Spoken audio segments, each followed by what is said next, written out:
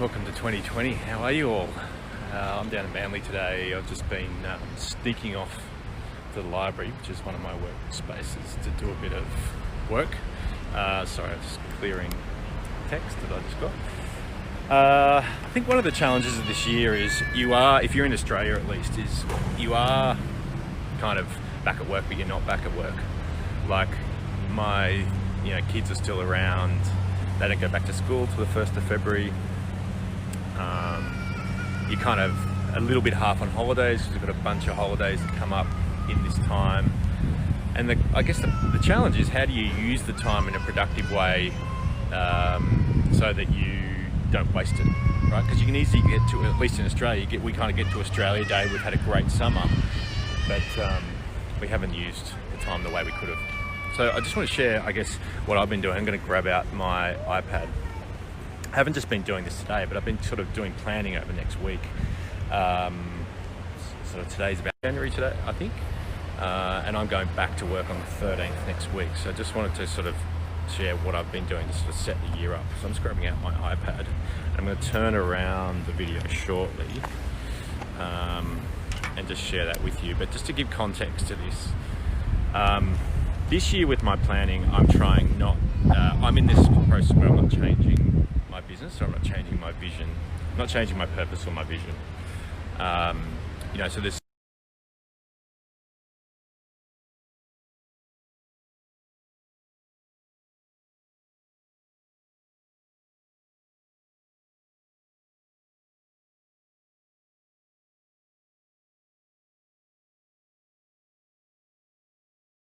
what do I, the stuff that's working, how do I reinvest in that?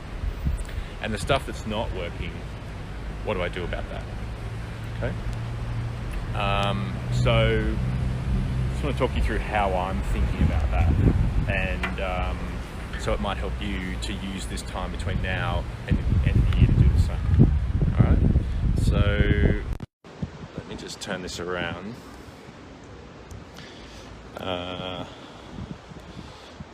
So let's get this out. That's a piece of work I've been working on. We'll go to planning.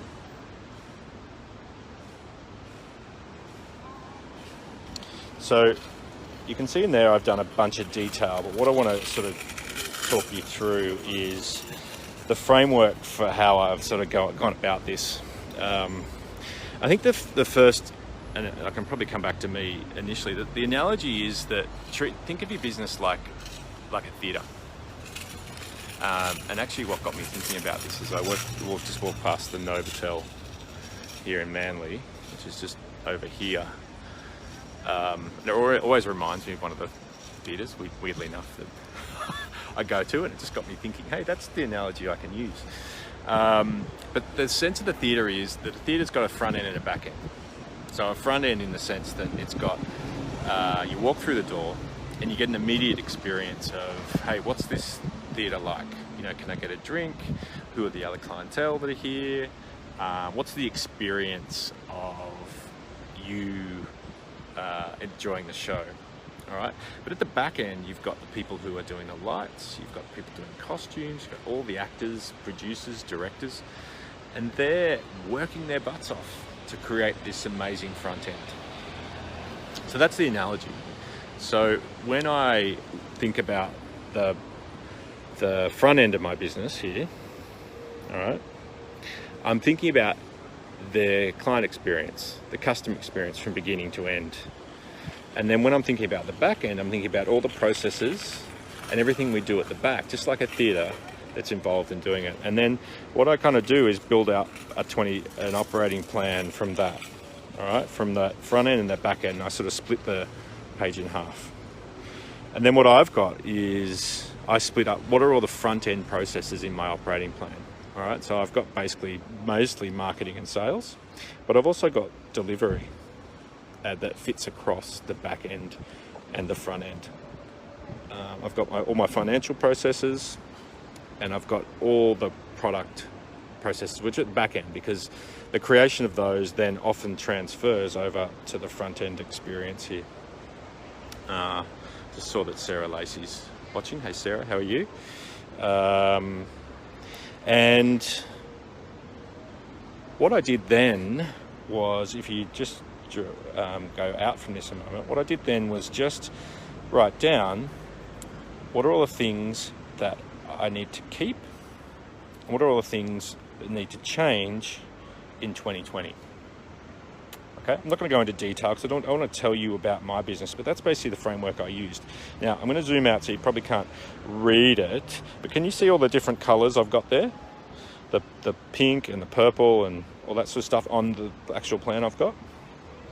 So what I did with those was the pink color were the ones that were new processes that I needed to turn into quarterly projects. All right, 90-day projects that were new, the things that I needed to fit into the yearly plan. And the blue ones were ones for the team.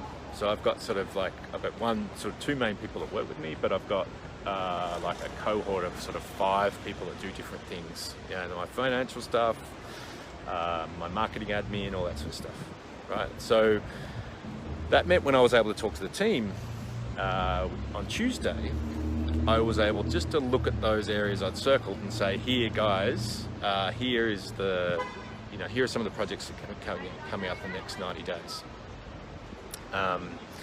So this has been quite a long video, I apologise. Clearly I've come out of Christmas not particularly succinct, but here's the lesson. The lesson is don't lose the time between now and January, now on Australia Day, because I think we can do it really easily. It's a chance to get your head around where you're at and what you want. For me, this is a year when my purpose and vision isn't changing, so it's more about getting clear on the operating plan and where I'm going. And there's a framework to do it. Think of your business like a theatre, the front end and the back end, what needs to change on the front end, what needs to continue on the front end, what needs to change on the back end, what needs to continue on the back end, and then circle the projects, and then circle those projects that need to be owned by the team. Hope that's been useful. I'll see you next week when I do another video, and welcome to 2020.